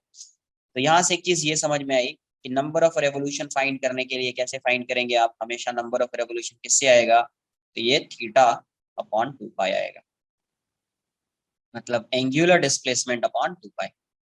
एंगुलर डिस्प्लेसमेंट किसमें, इन radian upon 2 pi. Number of revolution ऐसे फाइंड। Sir, डाउट है इस क्वेश्चन में, एनीवन? sir, यस, sir 127.27 आ रहा है, तो हम 128 400 भी बाई, लिख सकते हैं। ये 400/पाई है ना, 120 अप्रोक्सीमेट वैल्यू, राउंड ऑफ करो ना, 128 नहीं दिख रहा है, नहीं, 127.2 आ रहा है, तो हम उसको वही 8 आंसर हो जाएगा। ओके, तो 127 लिख लो ना। जितना आ रहा है उतना ही लिखो ना इसको, ओके। 400/पाई इतना ही लिखो। So वो 2 pi radian equal to 1 revolution से बात करते हैं। ये नहीं समझा, अरे ये समझा, यस और नो? हाँ, एक रिवोल्यूशन में 2 पाई रेडियन होता है, वो समझा। तो फिर क्या पूछ रहे हो तुम, उसके बाद 2 पाई रेडियन है तो 1 रेवोल्यूशन, अगर 1 रेडियन होता तो कितना रेवोल्यूशन होता, 180 degree, half. 5 pen, 10 rupees. 1 pen का कितना कॉस्ट हो जाएगा, 1 पेन का 10/5 ना, यस। अरे 5 पेंस है, उसका कॉस्ट कितना है 10 रुपीज, तो 1 का कितना हो जाएगा 10/5 ना। Yes. तो वही काम कर रहे हैं ना यहाँ पे, यूनिटरी मेथड। 2 पाई रेडियन है मतलब 1 रेवोल्यूशन हो जाएगा, 1 रेडियन होगा तो 1/2 पाई रेवोल्यूशन हो जाएगा, 800 रेडियन। अब यहीं पे अगर मुझे 10 पेन का कॉस्ट फाइंड करना है तो क्या लिखूंगा 10/5 × 10, तो 800 का क्या हो जाएगा, तो 1/2 पाई इंटू 800, 1/2 पाई इंटू 800। या फिर आप ऐसे लिख दो number of revolution theta upon 2 pi, angular displacement but ये किसमें होना चाहिए इन रेडियन, अपॉन 2 पाई, तो you will get the value of number of revolution. तो सर फॉर्मूला है नंबर ऑफ रेवोल्यूशन होने के लिए। फार्मूला क्या रिलेट कर लिया अभी, अच्छा भी क्या किया रिलेट कर लिया। पता है ना कि एक रेवोल्यूशन में कितना जा रहा है 2 पाई जा रहा है, कितना जा रहा है 2 पाई। इसका मतलब है कि थीटा थीटा की वैल्यू 2 पाई होगी तो 1 होगा। अब थीटा को 2 पाई पुट करो ना यार, थीटा अगर 2 पाई है तो नंबर ऑफ रेवोल्यूशन कितना होगा 1, थीटा अगर 4 पाई है तो नंबर ऑफ रेवोल्यूशन क्या होगा 2, तो पुट करो ना थीटा की वैल्यू 2 पाई तो 1 हो जाएगा, थीटा की वैल्यू 4 पाई पुट करो ना 2 आ जाएगा, थीटा की वैल्यू 6 पाई पुट करो ना 3 आ जाएगा।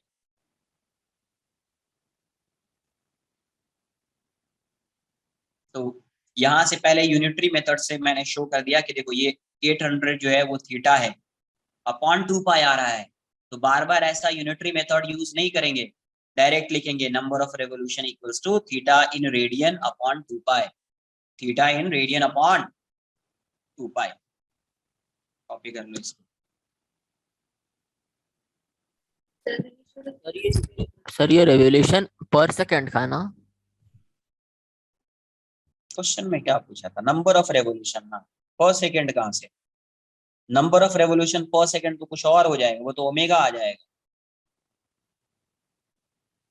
नंबर ऑफ रेवोल्यूशन पर सेकंड उससे तो ओमेगा आएगा ना यार। हाँ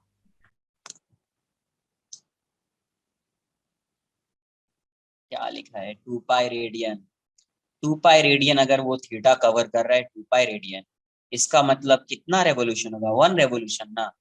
ऐसा लिखा 1 रेवोल्यूशन पर सेकंड लिखा क्या, नहीं ना। 1 रेवोल्यूशन का क्या मतलब था 2 पाई रेडियन ना, 1 रेवोल्यूशन पर सेकंड की मीनिंग थोड़ी है 2 pi radian.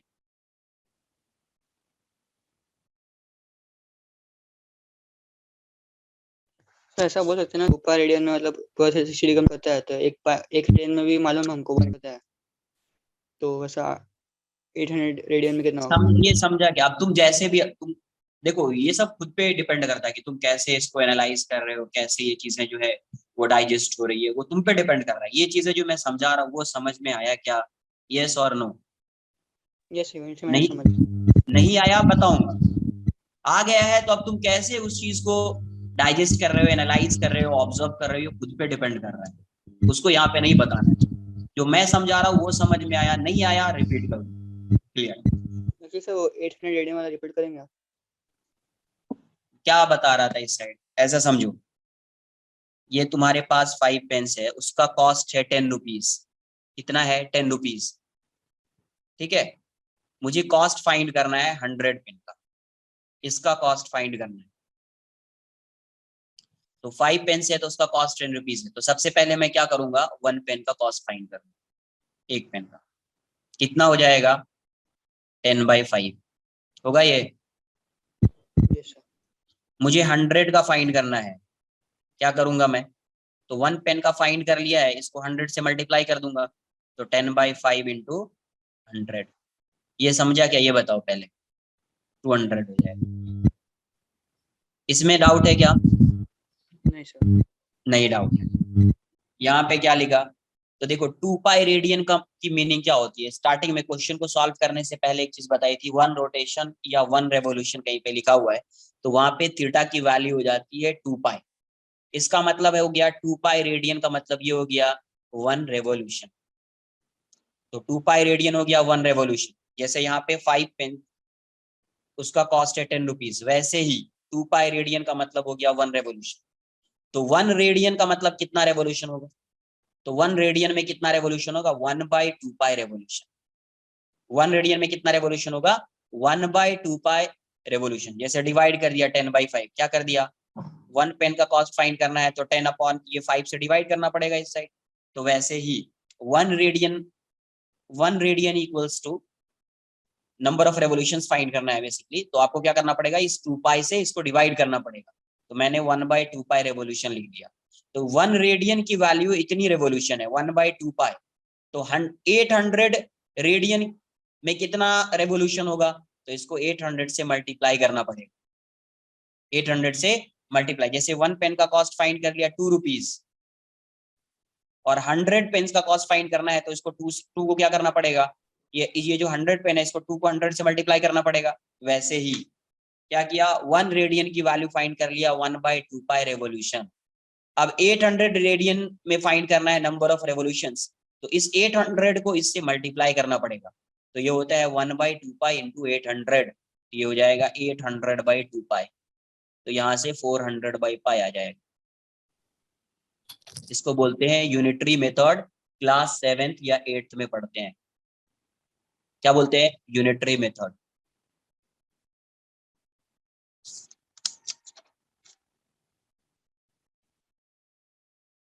Next,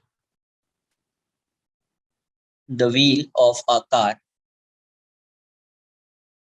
accelerated uniformly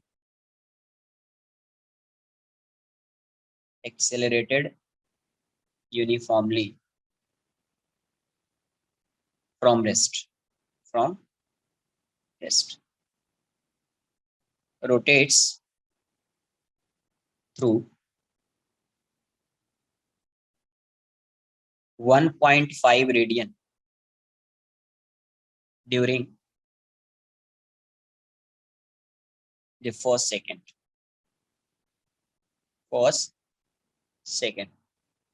Find the angle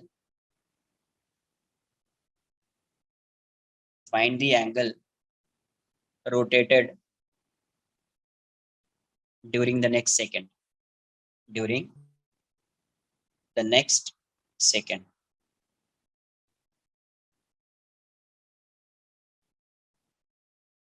यहाँ पे क्वेश्चन में क्या गिवन है, the wheel of a car accelerated uniformly, मतलब अल्फा की वैल्यू इस केस में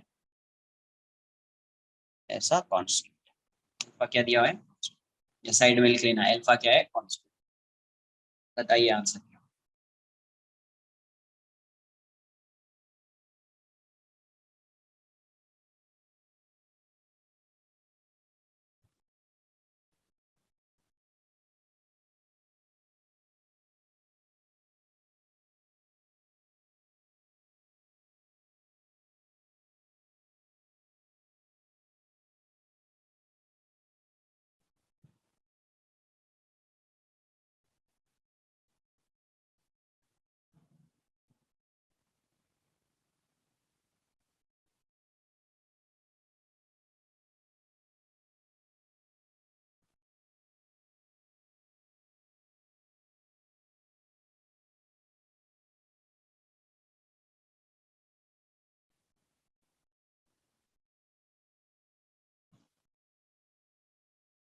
क्या रहा है, 4.5 radian, I think correct.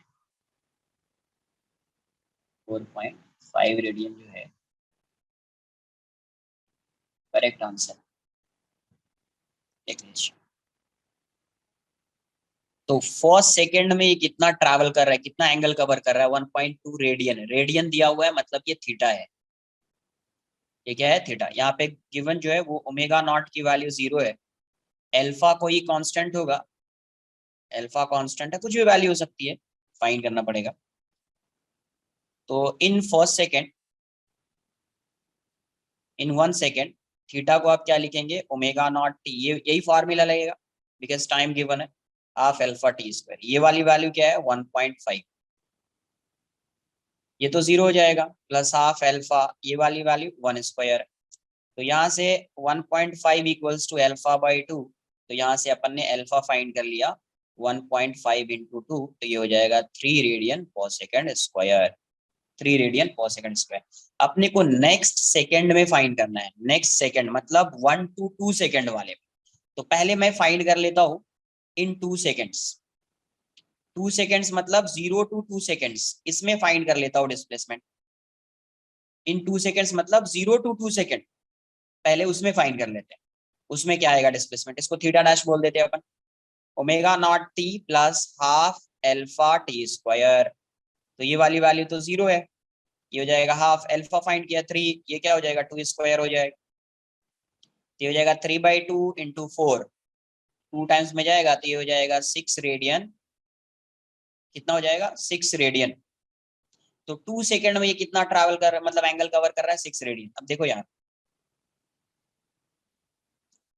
Assume कर रहे हैं t इक्वल्स टू 0 पे ये यहाँ पे है, t इक्वल्स टू 0 पे ये यहाँ पे है, ठीक है। 1.5 रेडियन कवर कर रहे हैं, 1.5 रेडियन। तो 1.5 रेडियन है, तो 1.5 रेडियन एज्यूम कर लेते, कहीं यहाँ पे होगा। तो ये t इक्वल्स टू 1 सेकेंड पे ये इतना है, कितना एंगल कवर कर रहा है 1.5 radian. t equals to 2 second में कितना एंगल कवर कर रहा है, t equals to 2 second 6 radian, 6 radian suppose कहीं यहाँ पे आएगा सपोज, तो ये t इक्वल्स टू 2 सेकेंड में ये यहाँ पे आ गया, ऐसा करके। ये इसका थीटा डैश। अभी अपने को फाइंड क्या करना था, find the angle rotated during the next second. Next second का मतलब t equals to 1 to t equals to 2, तो आपको ये फाइंड करना है, ये एंगल चाहिए अपने को। कौन सा एंगल चाहिए, यहाँ से यहाँ का एंगल, यहाँ से यहाँ का एंगल चाहिए, ये एंगल चाहिए।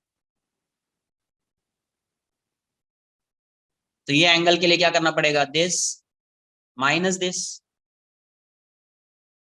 तो 0 से 2 सेकेंड में जितना एंगल कवर किया है मैं माइनस कर दूंगा 0 to 1 सेकेंड में, 0 to 1 सेकेंड में जितना एंगल कवर किया है, तो मुझे आ जाएगा कि नेक्स्ट सेकेंड में कितना एंगल कवर किया। तो एंगल रोटेटेड इन, एंगल रोटेटेड, एंगल रोटेटेड इन या ड्यूरिंग सेकेंड सेकेंड, है ना। सेकेंड सेकेंड में कितना एंगल कवर करेगा ये, थीटा डैश माइनस थीटा, तो आंसर हो जाएगा 6 माइनस 1.5, आंसर हो जाएगा 4.5 रेडियन। क्वेश्चन में बोला नेक्स्ट सेकेंड, ऐसा नहीं बोला कि 2 सेकेंड, क्या बोला नेक्स्ट सेकेंड। नेक्स्ट सेकेंड मतलब 1 to 2, तो पहले 0 to 1 गिवन ही है, 0 to 2 फाइंड कर लिया, 0 to 2 फाइंड कर लिया, इसको सब्ट्रैक्ट कर दिया 0 to 1 से, तो आंसर आ जाएगा मुझे नेक्स्ट सेकेंड। मतलब सेकेंड सेकेंड में ये कितना एंगल कवर करेगा, तो आंसर हो जाएगा 4.5 रेडियन, 4.5 रेडियन। कॉपी कर लीजिए, नोट कर लीजिए।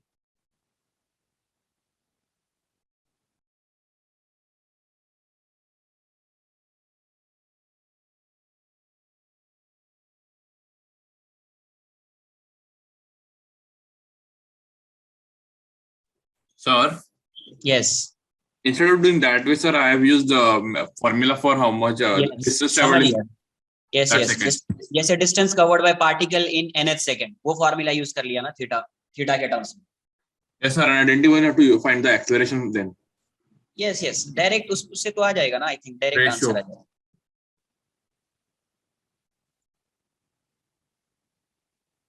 उससे भी आ जाएगा distance covered by particle in nth second, but sir acceleration चाहिए। उसमें हाँ एक्सेलरेशन चाहिए ना। तो फर्स्ट से तो फाइंड करना भाई, ये तो चाहिए ही ना, ये वाला, ये तो चाहिए I think. Without No, sir, I did it acceleration, without finding the acceleration. I did it directly. Sir, I found the distance traveled in first second as a/2, and in the second as 3a/2. So I just found the ratio, and then I just multiplied 1.5 by 3. समझ गए। हाँ, ratio find किया, acceleration will alpha will get cancel out ना। Yes, Yes, sir, I उससे भी just find, multiplied 1.5 by समझा 3. समझ या उससे भी आ जाए, उससे भी आ सर काइनेमैटिक्स के सारे फॉर्मूला यहाँ पे यूज कर सकते हैं। यस। अच्छा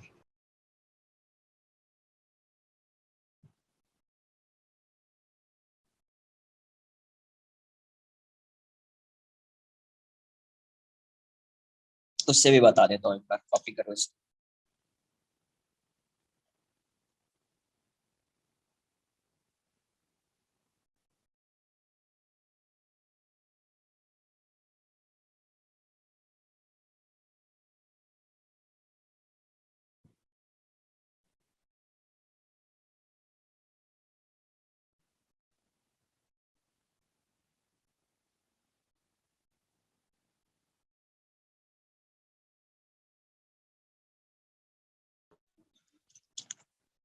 देखो इसको ऐसे भी सॉल्व कर सकते थे जो बोल रहे हैं, जैसे आपने पढ़ा होगा distance covered by particle in nth second, ये होता है u plus a by two into 2n minus 1। Similarly यहाँ पे आप इस फॉर्मूला को यूज कर सकते हैं, थीटा n मतलब angular displacement of particle in nth second. ये u की जगह पे क्या हो जाएगा ओमेगा नॉट, ये क्या हो जाएगा अल्फा बाई टू, ये हो जाएगा 2n माइनस 1। ये फॉर्मूला हो जाएगा एंगुलर डिस्प्लेसमेंट ऑफ पार्टिकल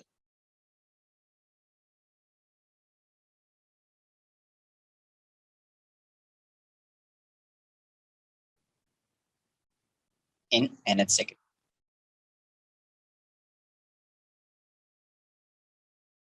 तो इस क्वेश्चन में, इस क्वेश्चन को मैं अगर सॉल्व करूं अल्टरनेटिवली,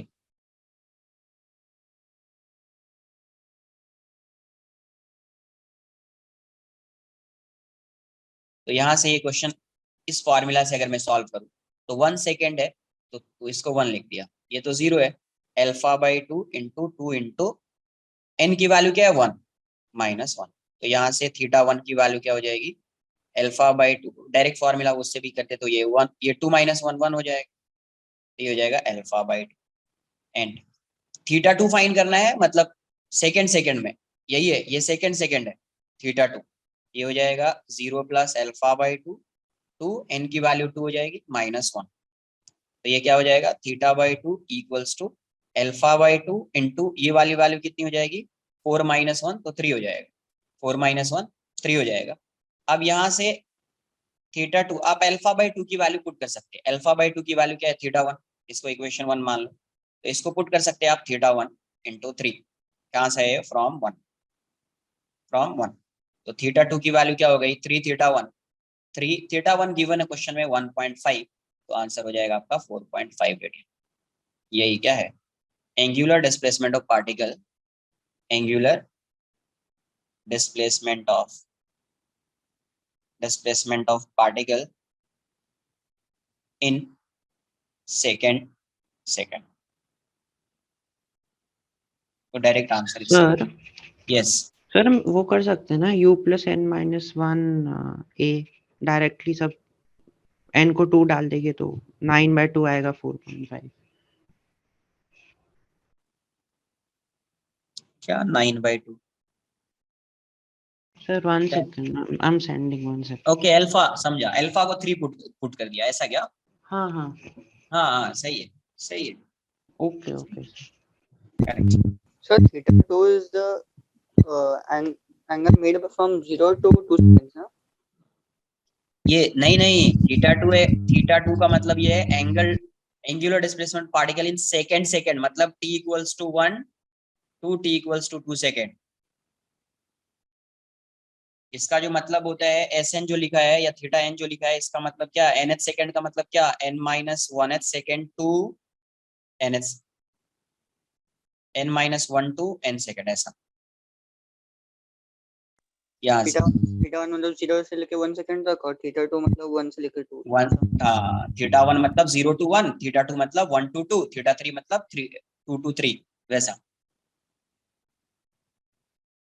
इसका मतलब ये होता है।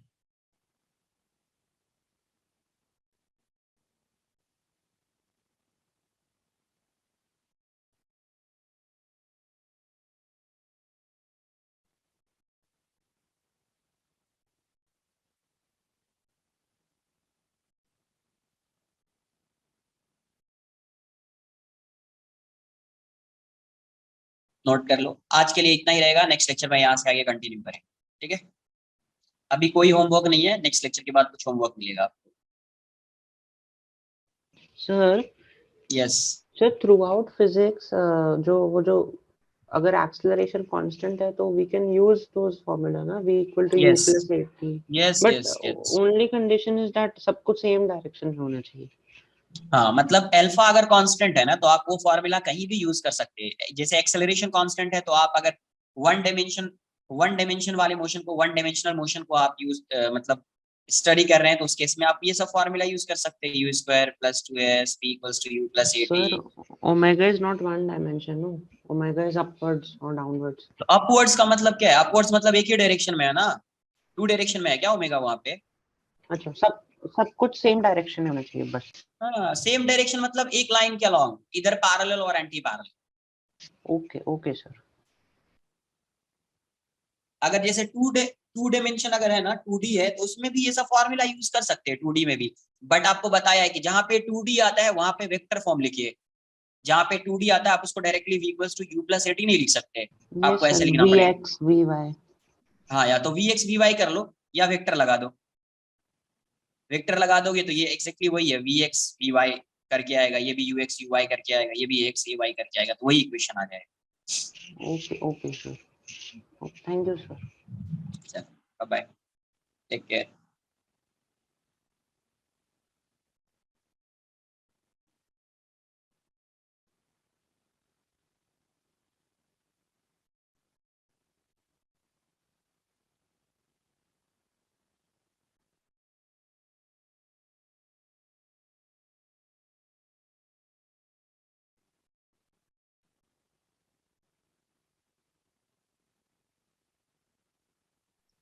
Sir, if you don't mind, then can you please give the definition of angular displacement and angular velocity and angular acceleration in sentence? Angular velocity and angular Acceleration in sentence का definition. क्या? देखो, angular velocity को जब define करते हैं ना, exam में कभी नहीं पूछेगा, बट समझो इसको। एंगुलर वेलोसिटी को डिफाइन करते हैं, डायरेक्ट एंगुलर वेलोसिटी डिफाइन नहीं होगी। डायरेक्ट कैसे डिफाइन होगी? तो पहले इसको आपको जो है एंगुलर वेलोसिटी को आपको पहले ऐसे लिखना पड़ेगा, एक होता है एवरेज एंगुलर वेलोसिटी और दूसरा क्या होता है? Instantaneous angle. अब इसको डिफाइन कर सकते हैं।